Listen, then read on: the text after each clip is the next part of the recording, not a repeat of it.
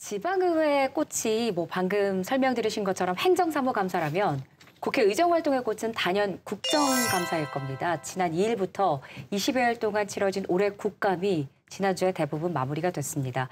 내년 총선을 앞둔 20대 국회 마지막 국감에선 경남 현안에 대해 어떤 이야기들이 나왔을까요? 감시자들에서 국감 평가와 함께 짚어보도록 하겠습니다. 오늘 첫 번째 감시 리스트는 국감 속 경남 이슈는입니다. 이번 국감에 대한 총평을 먼저 해보겠습니다. 이번 국감은 땡땡 국감이었다 이런 식으로 한번 표현을 해보죠. 의원님부터. 국민의 입장에서는 맹탕 국감이다 이렇게 표현을 하고 싶는데요. 네. 이 조국 청문회가 청문회 이제 전반전이었다고 한다면은 국정 질문이 청문회 후반전이었고 이 국감은 연장전 청문회 형태로 되고 아마 이 국감이 끝난다 하더라도 또 번외 게임을 청문회식으로 계속하지 않을까 이렇게 예상을 해보는데요. 위원장님은요? 예, 저는 이번 국감은 치매 걸린 국감이라고 생각합니다. 왜 치매냐면 우리 치매 증상이 조기 증상이 원래 앞에 기억부터 까먹거든요.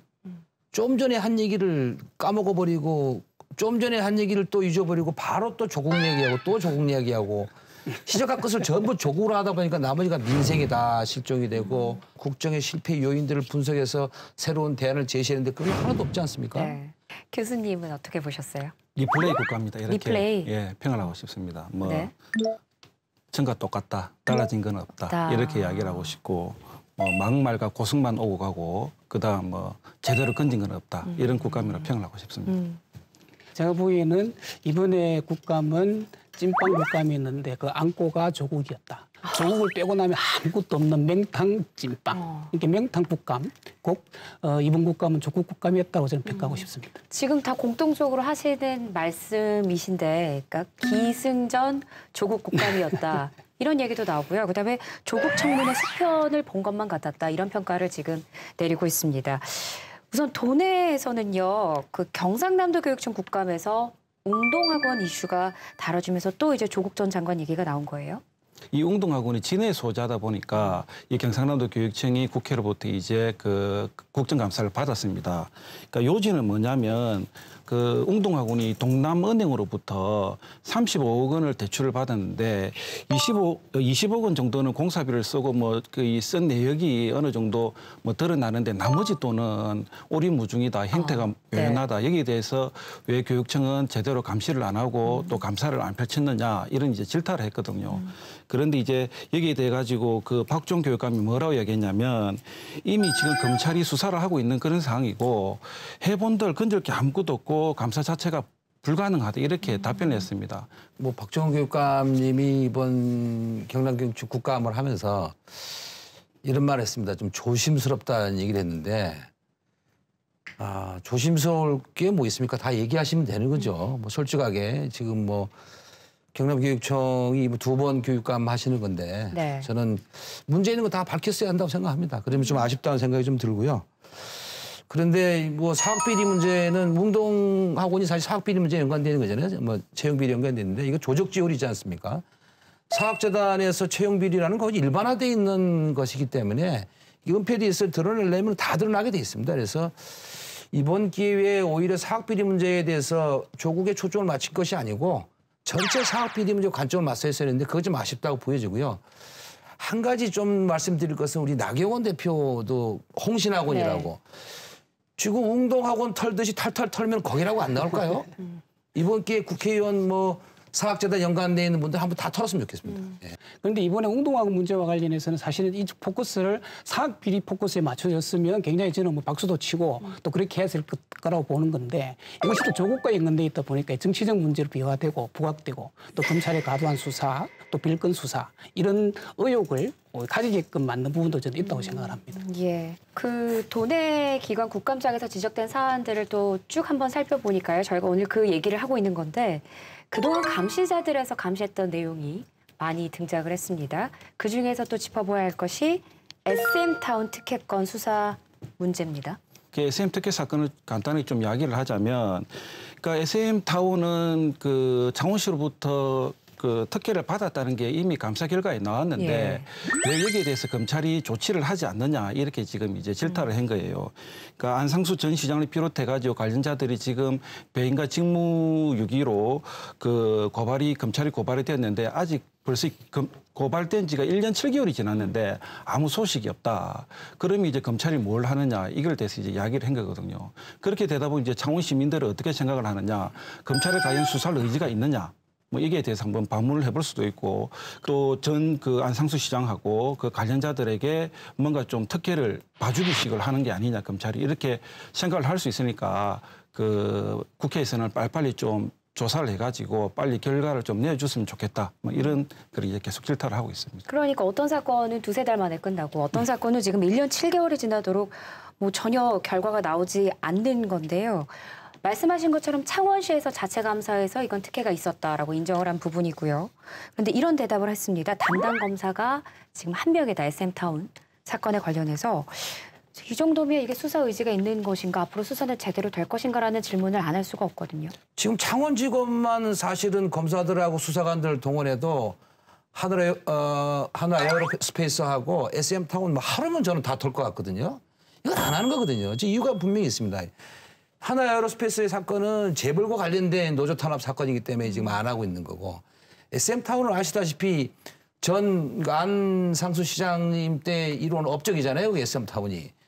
그 분이 이제 누굽니까? 검찰의 대선배지 않습니까? 그러니까는 아마도 검찰이 자기 집안을 단속한다고 아마 하지 않는 게 아니냐 이런 생각이 좀 들고요. 그래서 요새 뭐 시민들이 검찰 개혁 촛불을 드는 거 아닙니까? 네. 이번 문제에 대해서 오늘 방송에 나가면은 창원지검은 SM타운하고 하나 에어로스페이스는 탈탈 털어야 한다고 봅니다. 예. 이 수사의 주인 검사 한 명이 배당이 돼 수사를 하고 있다. 그런데 조국 수사와 관련해서 20명의 검사, 또 50명의 수사관, 또 70곳이 넘는 곳에 대한 압수수색 네. 이런 걸로 보면 너무 차이가 나잖아요. 이런 걸 보면서 검사의 기소 편의주의 이거와 관련된 씁쓸함을 느낄 수밖에 없다. 그래서 빠르게 어쨌든 창원 시민들 도민들의 의혹을 검사가 빨리 풀어주기를 기대합니다. 기대도 될까요? 썩 기대하고 싶지 않지만 그래도 기대해야 되겠습니까? 기다리겠습니다. 네. 기대는 안 하고요. 우선 기다려는 다음에 이게 보겠습니다. 담당 검사님을 모셔가지고 한번 토론하는 게 어떻겠어요? 나와주십시오. 예, 공개 섭외하도록 할 텐데 나오실까요? 네, 그것 또한 기다려 보도록 하겠습니다.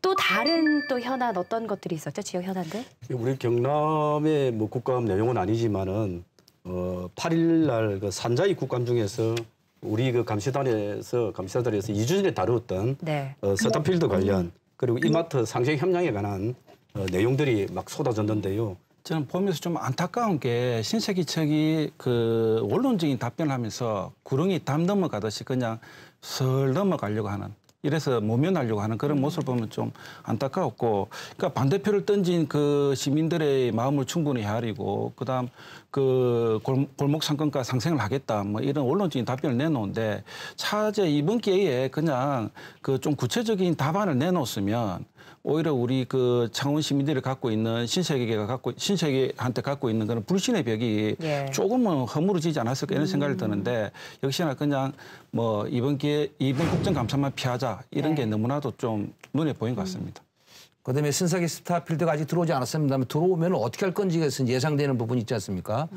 스타필드 안에에 그 입점하시는 영세 자영업자분들에 대해서 2차 갑질을 했지 않습니까? 그게 그 자기의 유리한 계약서를 강요했던 네. 이런 행위가 이제 폭로가 됐기 때문에 이게 11월 달에 공정거래위원회에서 이제 결과가 나오면은 아마 창원시든 뭐 시민단체든 간에 감시를 좀 더 해야 되는데 원래 국감이라는 게 일회성 국감이 맞습니다. 한 번 지나면 잊어버리는 건데 이번만큼은 저는 스타필드 문제나 신세계 이마트 문제만큼은 시민단체나 중소상공인 단체에서 좀 별도의 대책팀을 꾸려서 한 3개월 동안 이상은 한번 유심히 관찰할 필요 있지 않겠느냐 이렇게 생각이 들고 감시자도 그런 면에서 좀 더 봐야 될 것 같습니다. 제가 보기에는. 아니 뭐 스타필드가 정확하게 입점이 결정되었다 이렇게 보기는 힘들고 여러 가지 행정 절차가 남아 있고요. 스타필드가 입점을 하게 되면 사실은 영세 자영업자들이 가장 큰 충격에 빠지고 어려움에 빠지게 되는 거죠.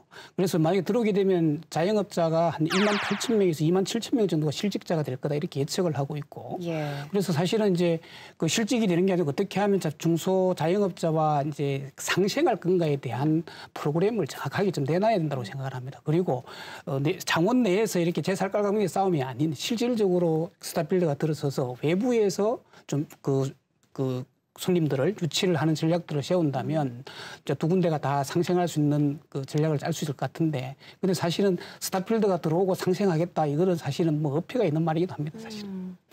그리고 또 저희가 짚어봐야 할 것이 그 얼마 전에 저희 감시자들에서도 다뤘던 불법 의료 폐기물 처리 실태에 대해서 이제 환경부 감사가 있었습니다. 이 얘기 좀 들어볼까요? 그 10일 날 이제 환경노동위원회에서 국정감사가 있었는데요. 이때 이제 아림 환경이 이제 집중 포화를 맞았습니다. 이제 아림 환경이 어떤 거냐면 그 의료 폐기물을 모아서 소각하는 업체입니다. 그러면 우리 경남에도 8개 업체가 수집 운반 보관을 해서 아림 환경에다 갖다 주면 소각을 하거든요. 예. 여기가 이제 보니까 일일 그 처리, 그 소각할 수 있는 처리 능력이 한 60톤 정도 된다고 봅니다. 그런데 이제 아림 환경이 이제 이게 뭐 어떻게 하는지는 모르겠지만 하루 처리 용량을 훨씬 넘어가는 것을 수주를 하고 있는 거죠. 그러니까 우리 경남의 8개 업체 중에서 5개 업체 중에서 모아놨다가 아림 환경에서 소각 능력을 넘어서는 거니까 이것을 그냥 자기 그 사무실의 창고에다 보관을 해놨어요. 김의 통령. 여기서 한 560톤 정도의 그 의료 폐기물이 그 보관이 돼 있던 거예요. 그래서 그 대구 환경청에서 보니까 9개월 영업 정지를 내렸더라고요. 그래서 국회의원은 그건 영업 정지 사항이냐, 그건 영업 취소를 해야 되는 것 아니냐 이렇게 했는데 오히려 아림 한강에는 뭐냐면 그 대구청에다가 이제 공문을 보내요. 만약에 우리가 취소가 되면 영업을 하지 못하면 의료 대란이 일어날 거다 폐기물 이거와 관련해서 오히려 협박하는 태도 이거와 관련해서 상당히 문제가 있습니다, 사실은. 저는 이제 감사를 했으면 당연히 이제 지적 사항이 있을 거고 여기에 대한 이제 개선책도 마련해야 되고 그다음에 이행도 해야 되겠죠. 예. 근데 문제가 뭐냐면 이 이행을 했는지 안 했는지에 대한 검증이 없는 게 이 국감의 가장 큰 문제라고 보거든요. 그렇다 보니까 이제 국감에서 지적된 사항들이 다시 재탕, 삼탕으로 계속해서 나오게 되는 거고 결국 이게 이제 맹탕 국감으로 이어지게 되는 거고 그다음 피감기관도 마찬가지입니다. 피감기관도 개선에 대한 확인이 없으니까 이행에 대한 확인이 없으니까 이 또한 지나가리라는 심정으로 계속 버티고 있고 한 귀로 듣고 한 귀로 흘리는 그런 이제 그 습관이 몸에 배어져 있거든요. 제가 볼 때는 확실하게 사후 검증을 할 수 있는 어떤 이런 제도적 장치를 국회에서 마련해야 네. 되고 제 개인적으로는 시정 조치에 대한 그런 전담 부서를 이제 만드는 것도 한번 고려해 볼 필요성이 있지 않느냐 이렇게 생각은 하고 있습니다. 이 얘기도 짚고 넘어가겠습니다. 국감 중에 김해 신공항에 대한 얘기가 또 나왔어요. 일단 이제 부산 지역을 가서 좀 느끼는 게 뭐냐면 이제 방송 광고가 나와요. 거기 보면 이제 가덕도 신공항 관련 이제 광고가 계속 끊임없이 나오는데 네. 그만큼 이제 부산 정치권에서는 이게 굉장히 민감한 사안이라고 보시면 되고 그러니까 동남권 관문공항은 정책적 사안이기보다는 정치 사안이잖아요. 이 문제가 불거진 지가 이제 이명박 정권 때부터 이제 불거지기 시작해가지고 우열곡절 끝에 박근혜 정권 때 김해 신공항 확장으로 이제 결론이 났는데 그러나 이제 지난 지방선거 때 이제 오거돈 시장이 그 가덕도에 동남권 관문시장이 반드시 필요하다고 역설을 했고 이걸 이제 공약으로 제시를 했고 여기에 이제 김경수 도지사도 발을 맞춰가지고 김해 신공항 확장은 반대한다는 입장을 계속해서 표명을 했거든요. 그렇다 보니까 이제 대통령도 그러면 김해 신공항 확장에 대해서 조사를 해봐라 이렇게 지시를 내렸고 그래서 여기에 대한 검증 문제가 이제 총리실로 이관이 되었습니다. 예. 근데 앞서 이야기한 것처럼 이 문제가 이제 정치적 사안이기 때문에 그러니까 동남권 신공항 문제는 부경만의 문제도 아니고 경북, 대구 지역과도 밀접한 연관성이 있거든요. 그렇다 보니까 이 총리실에서 검증 룰을 정하는데 굉장히 좀 힘들어하고 있는 것 같고 그렇기 때문에 이제 이 검증 속도가 제대로 이루어지지를 못했죠. 여기에 대해서 이제 부산 지역 국회의원들, 특히 여당 국회의원들이 굉장히 많은 질타를 한 게 이번 국정에서 드러난 사실이고. 그럼 이런 추세라면 결국에 또 이번에 총리실 검증 결론은 총선이 지나고 나서 우리가 들을 수 있겠다 뭐 이렇게 봐야 될까요? 국토부에서는 김해 신공항 확장으로 결정을 해놓은 거잖아요. 예. 그래서 이거와 관련 정책적인 기준을 바꾸기 위해서는 결국은 총리실에다 공을 던져놓은 겁니다. 근데 총리실도 조금 했던 대로 부산, 경남, 울산에서는 소위 말하면 정책적 판단을 좀 감히했으면 좋겠다 이런 것이고 대구, 경북에서는 안 된다. 그거는 무조건 기술적 검증만 해라. 총리실도 무조건 정책적 판단보다는 기술적 검증에 아마 무게중심을 두고 있는 것 같아요. 그래서 결론은 아마 총리실에서 빨리 내야 될 텐데 이게 정치 일정과 관련해서 아마 총선을 넘어가야 가능하지 않을까. 이번 국정감사에서 동남권 신공항, 김해 신공항은 총선의 난타전의 예비전이다 이렇게 생각이 됩니다. 그러니까 일단 총선에서 한번 난타전 한번 치르고 난 다음에 누가 승리하느냐에 따라서 아마 여론의 향배가 가지 않겠느냐. 그래서 총선의 난타전의 예비전을 국정감사에 서로 치렀다 이렇게 저는 생각합니다. 예. 저희가 지금 국감 속에서 나온 경남 지역 현안 어떤 것들이 있었는지 지금 짚어보고 있는데요. 이번에는 잠깐 그 경남 지역의 그런 국회의원들 얘기를 하고 넘어가도록 하겠습니다. 경남 지역 국회의원 통틀어서 이 사람은 좀 이번 국감에서 잘했다. 이 정도 역할이면 국회의원 역할 잘했다라고 뭐 한 명을 뽑는다면요. 이번에도 의원님부터 들어볼까요?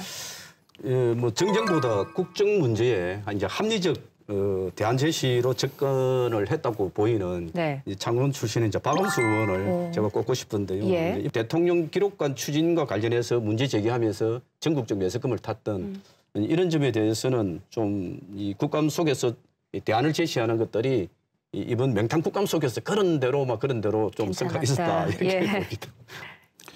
저는 이제 정의당의 여영국 의원을 네. 좀 높게 평가를 하고 싶습니다. 이분이 이제 교육위 소속인데 특히 우리 지역 현안과 어떤 이야기를 했냐면 지적을 했냐면 그러니까 가정 형편이 어려워가지고 고등학교에서 학비를 못 내는 학생이 계속해서 증가를 하고 있고 그 증가 수치가 제일 많은 곳이 경남이라고 이제 지적을 했거든요. 예.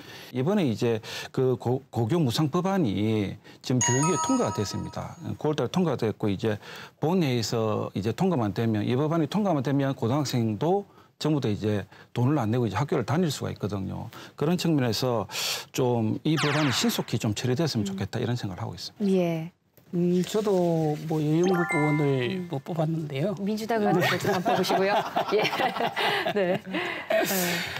사실은 이제 교육 불평등 뭐 해소라든지 또 사학 비리 근절 그리고 대학에서 만약에 지역 인재에 대한 선발을 좀 더 폭을 좀 확대해라.